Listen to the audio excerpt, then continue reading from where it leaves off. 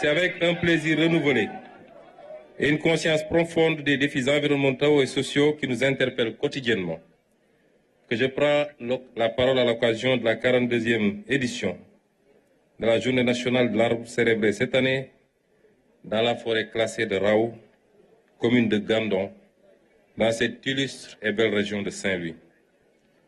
Instituée par décret présidentiel en 1983, cette journée célébrée chaque année, chaque premier dimanche du mois d'août, marque traditionnellement le lancement de la campagne nationale de reboisement. Toutefois, l'édition 2025 dépasse le cadre symbolique d'une simple journée, en cela qu'elle intègre un week-end de mobilisation nationale entamé hier par une journée d'investissement humain sous la présidence de son Excellence, Monsieur le Président de la République, Bassirou Diomaye Diakhar Faye. À ce titre, ce week-end illustre une nouvelle vision. Il est conçu comme un temps fort d'action convergente, fondé sur une mobilisation citoyenne inclusive et intelligente, articulée autour du plan d'action innovant et transformationnel. Mesdames et messieurs, chers concitoyens, notre ambition est claire, engager une transformation structurelle de la reforestation au Sénégal en parfaite cohérence avec les orientations de la vision 2050, en particulier son axe 3, aménagement et développement durable, mais également en parfaite cohérence avec les engagements de notre pays dans la lutte contre le changement climatique. C'est pourquoi cette édition se distingue par une structuration inédite et des innovations majeures que je souhaite ici souligner. La première innovation étant le challenge national d'1 million d'arbres en 48 heures, lancé hier à la forêt classée de Mbao par Monsieur le Président de la République. Ce challenge mobilise toutes les régions, les collectivités territoriales, les écoles, les entreprises, les ménages et j'en passe. Il repose sur un système numérique de traçabilité, des mécanismes communautaires de suivi des plantations et un dispositif de valorisation des efforts citoyens. L'autre innovation majeure réside dans l'organisation de la caravane écologique nationale 2025, qui est une véritable plateforme mobile d'éducation environnementale, de formation et d'action. Cette caravane sillonnera tout le pays pour engager et relever avec succès les défis de restaurer les écosystèmes dégradés, de former les jeunes, de sensibiliser les ménages et de connecter les acteurs de la forestation ou de la reforestation. Chers invités, selon les statistiques du premier rapport portant niveau de référence des forêts, le Sénégal perd chaque année 11 536 hectares de forêt en raison de l'expansion agricole incontrôlée et de l'exploration illégale des ressources.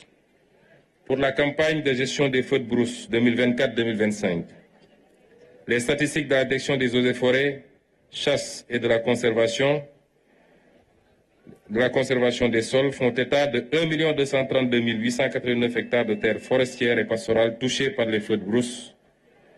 Ce constat appelle de la part de chacun et de chacune de nous une réaction immédiate et audacieuse.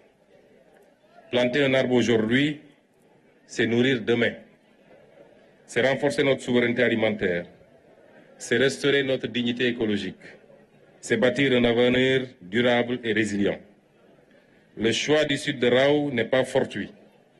Situé au carrefour des communes de Gandon, Pal, Fass Ngom et Saint-Louis, à la croisée des dynamiques sahéliennes et côtières, cette forêt classée, qui est intégrée à la réserve de biosphère transfrontalière du delta du fleuve Sénégal, se distingue par sa biodiversité exceptionnelle. Cependant, elle est menacée par l'urbanisation galopante, le surpâturage, la coupe illicite de bois, les effets du changement climatique. Restaurer cette forêt, c'est envoyer un signal fort aux fins d'inverser la tendance à la dégradation du couvert végétal, à l'échelle locale comme nationale. Et cette volonté se reflète également dans le choix des deux arbres parrains, à savoir le manguier, pilier économique de nos terroirs et levier de souveraineté alimentaire, et le baobab, arbre sacré, symbole de résilience, de longévité et de paix. Ces deux espèces emblématiques incarnent notre capacité à allier culture, écologie, sécurité alimentaire et économie dans une dynamique vertueuse. Le thème retenu, reboisement, souveraineté alimentaire et développement territorial durable, avec pour slogan l'arbre, notre assurance vie, exprime notre volonté d'intégrer pleinement le climat, la biodiversité, l'économie et la justice sociale dans la gestion de nos terroirs. Je tiens ici à saluer l'engagement exemplaire de l'ensemble des acteurs mobilisés pour cette campagne. Je pense au ministère de l'Environnement et de la Transition écologique, sous le leadership du ministre, le professeur Daouda Ngom, à travers la direction des eaux et forêts, chasse et de la conservation des sols, l'Agence sénégalaise de reforestation et de la Grande Muraille Verte, ainsi que les autres services supports.